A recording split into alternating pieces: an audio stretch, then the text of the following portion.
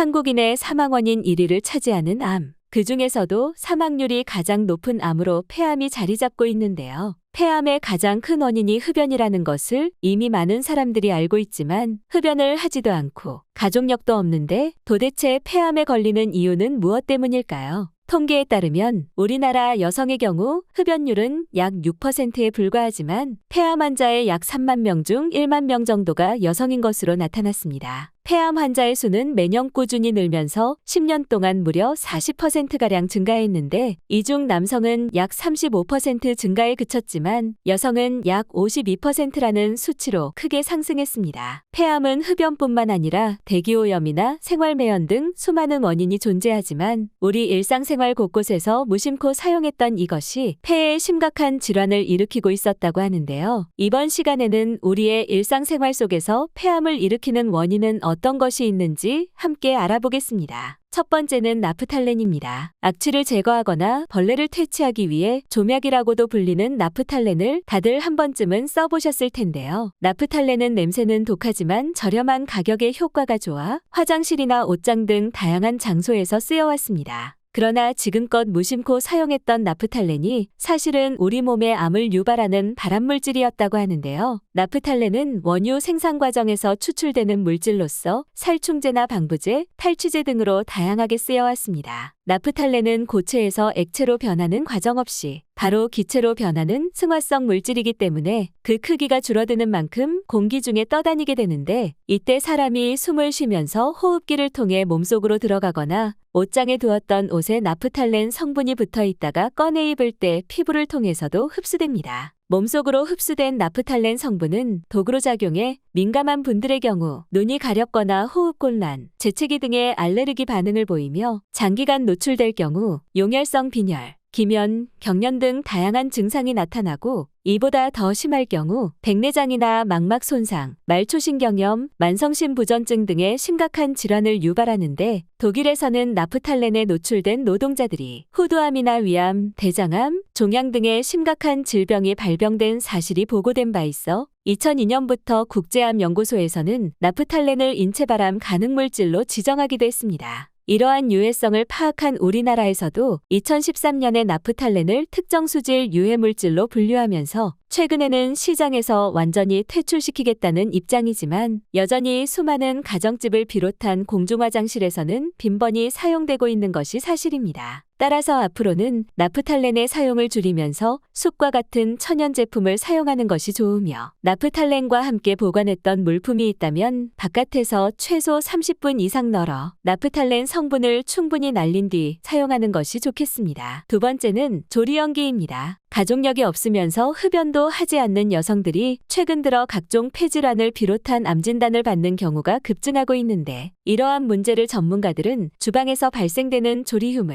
가장 큰 원인으로 지목하고 있습니다. 조리휴이란 기름을 이용해 고온으로 조리하는 과정에서 발생되는 에어로졸 형태의 미세한 기름 입자를 말하는데 문제는 조리휴이 단순한 기름 입자가 아닌 조리 중에 각종 재료가 타면서 발생되는 포르말데히드나 벤조피렌, 다환방향족 탄화수소 등 악명 높은 1급 발암 물질들이 엉겨붙어 공중에 떠다닌다는 것입니다. 조리휴이 특히나 위험한 이유는 우리가 잘 알고 있는 미세먼지, 그보다 작은 초미세먼지, 그보다도 무려 25분의 1이나 작은 100나노미터 이하의 크기를 지니고 있기 때문에 더욱더 깊이 폐 속으로 들어가게 되고 물질들이 가진 넓은 표면력들로 인해 쉽게 폐포에 흡착하여 가지고 있던 발암성 물질들을 내뿜어 염증이나 암세포 등 각종 심각한 질병을 일으키게 됩니다. 이 때문에 2015년 국제암연구소에서는 조리휴에 많이 노출될수록 폐암 위험이 증가한다고 발표하면서 이를 1급 발암물질로 지정하기도 했는데요. 국제학술지에 실린 중국의 한 연구 결과에서는 조리휴이 폐암 발병 위험을 최대 3배 높일 수 있다는 결과를 발표했으며 대만의 한 연구에서도 환기가 제대로 되지 않는 환경에서는 폐암 발병 위험이 최대 22.7배나 높아진다는 결과가 나오기도 했습니다. 최근에 우리나라 학교 급식 노동자들이 열악한 학교 급식실의 작업 환경으로 인해 폐암 발생률이 일반인의 무려 35배에 달한다는 충격적인 사실이 밝혀짐과 동시에 그 원인 중 하나가 조리 과정에서 발생되는 죽음의 미세입자, 조리휴이라는 사실도 함께 대두되기도 했습니다. 따라서 보다 건강한 조리 환경을 만들기 위해서는 반드시 주방호들을 작동시켜야 하며 조리가 끝난 뒤에도 최소 5분에서 10분 이상 주방호들을 틀어놓거나 창문 등을 열어서 실내에 남아있는 조리흉을 제거하는 것이 좋습니다. 또한 생선이나 고기 등을 구울 때는 뚜껑을 덮어두고 기름을 사용할 때는 발연점이 높은 식물성 오일을 사용하는 것이 조리흉을 줄이는 데 도움이 되겠습니다. 세 번째는 락스입니다. 강력한 세정 효과로 주방이나 욕실에서 자주 쓰이는 락스. 우리에게 락스로 잘 알려져 있는 차하염소산나트륨이라는 물질은 악취 제거나 세균 박멸 등 욕실이나 주방에서 다방면으로 쓰이고 있는 만능 세제로 잘 알려져 있는데요. 그러나 이렇게 성능이 강력한 세제인 만큼 독성이나 냄새가 강해 그에 따르는 부작용 또한 상당합니다. 락스의 주 성분인 차하염소산나트륨은 식수를 포함한 유기물과 만나게 되면 트리알로메탄이라는 성분을 만들어내는데 이는 국제암연구소에서 발암 가능성이 있는 물질 이비군으로 분류하고 있는 물질입니다. 트리알로메탄은 일단 체내에 들어오면 쉽게 분해되지 않고 지방세포에 축적되며 DNA 변형 및 면역성 저하를 일으키는 물질로 알려져 있습니다. 이 때문에 차하염소산나트륨을 다루는 청소부나 수영장 등에서 오래 근무하는 사람들이 만성적으로 노출될 경우 방광이나 췌장 등의 암 발생률을 높이게 되며 동시에 락스에서 발생되는 염소가스를 고농도로 흡입할 경우 기침이나 흉통, 천식 등의 폐질환이나 호흡기 질환, 심하면 후각 상실을 넘어 폐암 발병률까지 크게 높이게 됩니다. 따라서 락스를 보다 안전하게 사용하기 위해서는 무엇보다 환기가 가장 중요한데요. 락스에서 발생되는 염소가스는 공기보다 무거운 성질을 가지고 있기 때문에 욕실처럼 밀폐된 공간에서 청소를 할 때는 천장에 달린 환풍기에만 의존하기보다는 반드시 창문이나 문을 모두 활짝 열어 충분히 환기가 될 수 있도록 해야 하고 마스크 등을 착용하여 최대한 가스 흡입을 차단해야 합니다. 또한 뜨거운 물과 락스가 만나면 더욱 많은 염소가스가 발생될 수 있으며 청소 효과를 높이기 위해 샴푸나 중성세제, 산소계표백제 등 여러 종류의 화학물질들과 섞어 사용하면 세정 효과가 떨어질 뿐만 아니라 유해가스가 더욱 많이 발생돼 심각한 호흡기 질환을 유발할 수 있기 때문에 이러한 행위는 절대 하지 말아야 합니다. 전문가들은 락스 사용 시 화학물질에 대한 전문적인 지식과 안전설비가 없다면 일반 생활 화학 제품도 임의로 혼합하는 것은 절대 금물이며 사용 전 반드시 제품의 사용 설명서와 주의사항들을 꼼꼼하게 살펴봐야 한다고 조언하고 있습니다.